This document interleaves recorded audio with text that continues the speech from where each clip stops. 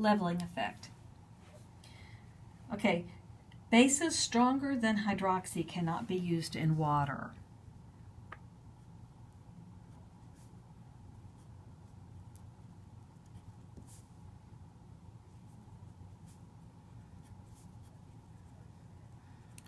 And what happens here is that if you use a base stronger than hydroxide, it will react and make hydroxy.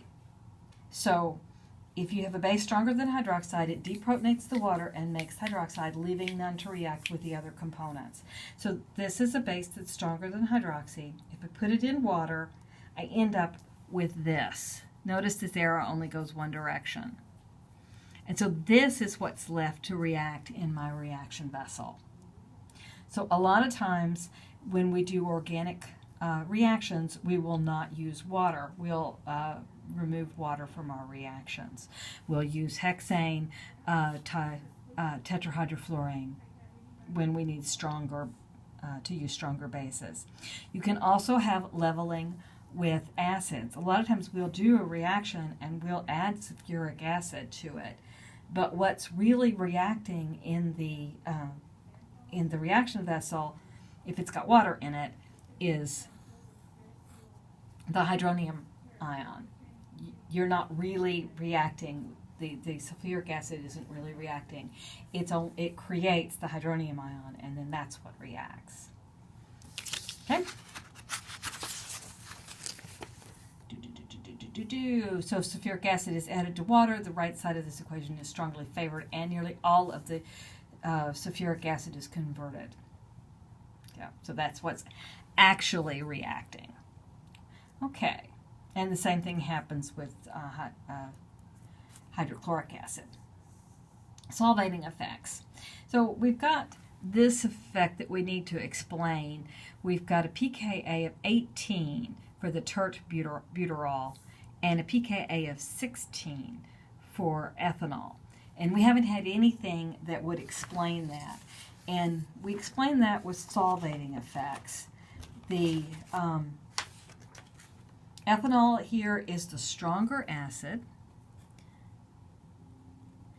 and it's because the conjugate base of ethanol reacts with more solvent molecules, and that stabilizes it. The conjugate base of T-butyrol is sterically hindered and can't get as many solvent molecules around it.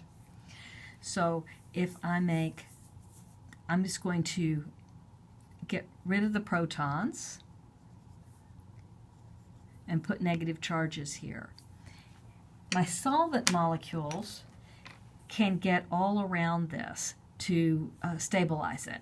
So if I've got water, I can get lots of water molecules around this negative charge.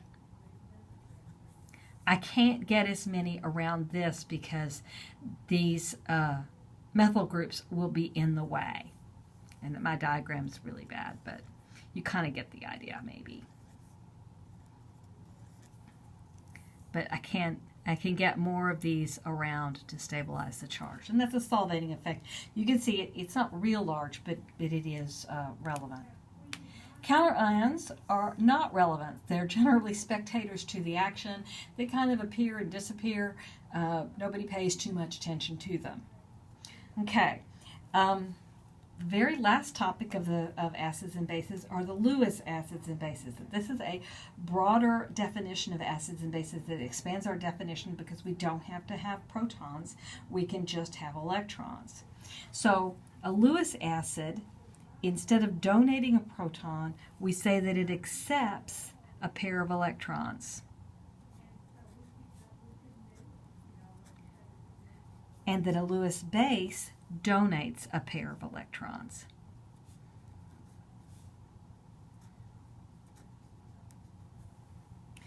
So when we do these reactions, we need to identify the flow of electrons.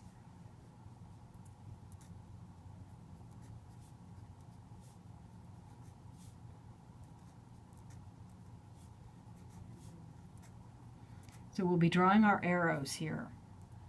And then we can identify the E acceptor and the donor.